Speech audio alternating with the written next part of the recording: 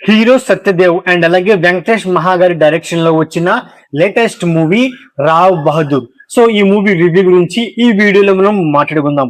ఈ మూవీ గురించి సింపుల్ గా చెప్పాల్సి వస్తే, రొటీన్ ఫార్మాట్ సినిమాలకి భిన్నంగా ఈ మూవీని అయితే డైరెక్టర్ గారు తెరకెక్కించారు. సినిమాలో ఒక కొత్తదనం కోరుకునే ప్రేక్షకులకి ఈ మూవీ ఎక్కువ శాతం నచ్చే అవకాశం ఉందని చెప్పుకోవచ్చు అన్నమాట.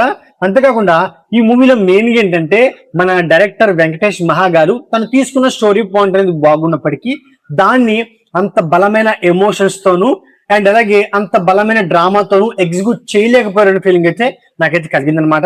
ఇంకోటి ఏంటంటే, ఈ మూవీ స్టార్టింగ్ నుంచి సత్యదేవ్ గారు ఈ మూవీలో తన పర్ఫార్మెన్స్ తో పిచ్చెక్కిస్తారు. ఇంకా చెప్పాల్సి వస్తే కమల్ హాసన్ గారు చేసినట్టుగా పర్ఫార్మెన్స్ చేశారని చెప్పి చెప్పుకుంటూ వస్తున్నారు అనమాట. సో ఈ మూవీలో సత్యదేవ్ గారి పర్ఫార్మెన్స్ అనేది చాలా చాలా బాగుంది. బట్ మెయిన్ గా ఏంటంటే, ఓవరాల్ మూవీ మొత్తం సత్యదేవ్ గారి క్యారెక్టర్ మీద వెళ్ళిపోతుంది కాబట్టి, బట్ ఆయన క్యారెక్టర్ తోను అండ్ అలాగే ఆయన పర్ఫార్మెన్స్ తోను హోల్ మూవీని నడపలేకపోయారు. అదే మూవీకి పెద్ద మైస్ అని చెప్పుకోవచ్చు అనమాట. ఇంకోటి ఏంటంటే, వీళ్ళు తీసుకున్న పాయింట్ బాగున్నప్పటికీ బట్ ఈ మూవీని ఏంటి సాగా తీసుకుంటూ వచ్చారు. కొన్ని పోర్షన్స్ లో ప్రెడిక్టబుల్ వేలో కూడా వెళ్ళిపోయింది అనమాట. మెయిన్ గా ఈ మూవీ యొక్క రన్ టైం అనేది తగ్గించి ఉంటే ఈ మూవీ అనేది ఇంకొంచెం బెటర్ గా ఉండేదని ఫీలింగ్ అయితే కలిగింది. అలాగే బ్యాక్గ్రౌండ్ స్కోరు అండ్ అలాగే సినిమాటోగ్రఫీ, ప్రొడక్షన్ వాల్యూస్ ఈ మూవీని వేరే లెవెల్ అని నిలబెట్టేసని చెప్పుకోవచ్చు అనమాట.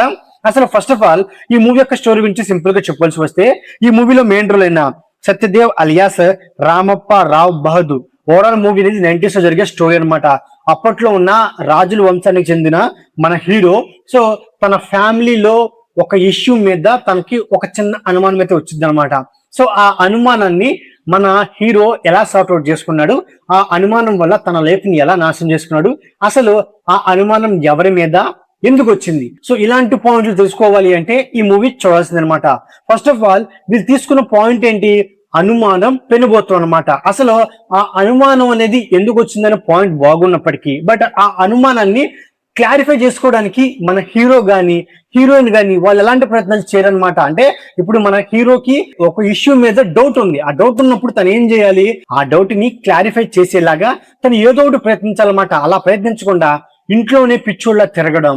ఇంకోటి ఏంటంటే, సో హీరోయిన్ వచ్చేసి తనేంటి సో తన మీద కూడా ఒక నింద పడినప్పుడు ఆ నిందని తను తొలగించుకోవడానికి తను ఏదో ఒకటి చేయాలన్నమాట. బట్ తను ఏమి చేయకుండా తనకు తానుగానే హౌస్ అరెస్ట్ చేసుకుని ఒక రూమ్ లో బందీగా ఉండడం. సో ఇలాంటి పాయింట్లు అనేవి మూవీకి ఒక పెద్ద మైనస్ నాకైతే అనిపించింది అనమాట.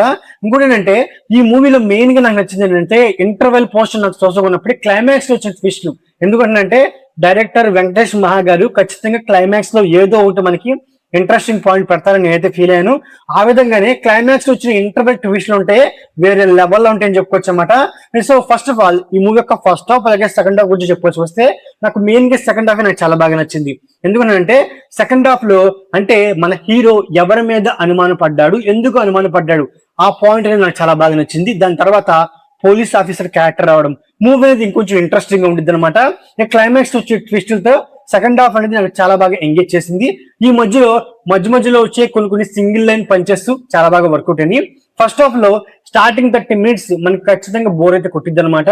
సో అంటే మెయిన్ పాయింట్ లోకి ఎప్పుడు వెళ్తారు, అసలు స్టోరీ పాయింట్ ఏంటనేది ఒక డౌట్ మన మైండ్ లో రేజ్ అవుతూ ఉంటుంది. సో ఎప్పుడైతే హీరోయిన్ ఇంట్రడక్షన్ ఇచ్చిద్దో, అంటే Renuka alias Deepa Thomas entry ఇచ్చిద్దో, సో మన హీరోకి అండ్ అలాగే హీరోయిన్ మధ్య లవ్ ట్రాక్, వాళ్ళిద్దరి మధ్య వచ్చే సీన్స్, సో అక్కడి నుంచి ఇంటర్వెల్ పోర్షన్ వరకు కాస్త ఇంట్రెస్టింగ్ గా సాగిందని చెప్పుకోవచ్చు అనమాట. ముఖ్యంగా ఓవరాల్ మూవీలో అక్కడక్కడ సింగిల్ లైన్ పంచెస్ చాలా బాగా వర్కౌట్ అయినాయి. మన హీరో ఇంట్లో పనిచేసే ఒక పని మనిషి, ముఖ్యంగా ఆ ఫేస్ లో ఉండే కొన్ని ఎక్స్ప్రెషన్స్, ఆమె వచ్చే కొన్ని సీన్స్ లో కామెడీ అనేది చాలా బాగా వర్కౌట్ అయిందని చెప్పుకోవచ్చు అనమాట. అసలు ఫస్ట్ ఆఫ్ ఆల్ మెయిన్ ఏంటంటే, లిమిటెడ్ క్యారెక్టర్స్ తోనే ఈ మూవీని తీసుకువెళ్ళిపోయినప్పటికీ బట్ ఏంటి అంటే, మన సత్యదేవ్ గారు అండ్ అలాగే తన ఫ్రెండ్ అయిన డాక్టర్ ఆచార్య, సో వాళ్ళిద్దరి మీద ఎక్కువ శాతం సీన్స్ ఉంటాయి అనమాట. అవి ఖచ్చితంగా బోర్ ఫీలింగ్ కలిగిస్తాయి అనమాట. ఎందుకంటే సో ఎంతసేపు డిస్కషన్ చేసుకుంటారు అనేది మెయిన్ ఫీలింగ్ అనిపించింది అనమాట. ఇంకోటి ఏంటంటే, మన హీరోకి కొడుకైతే ఉంటాడు అనమాట. ఒకవైపు తల్లి ఒకవైపు తండ్రి, ఇలా అయిపోతున్నప్పుడు వాళ్ళు ఏ పాయింట్ మీద అయిపోయారు, సో ఆ పాయింట్ ని తనలో సార్ట్అవుట్ చేస్తుంటే ఇంకా బాగుండేది అనమాట.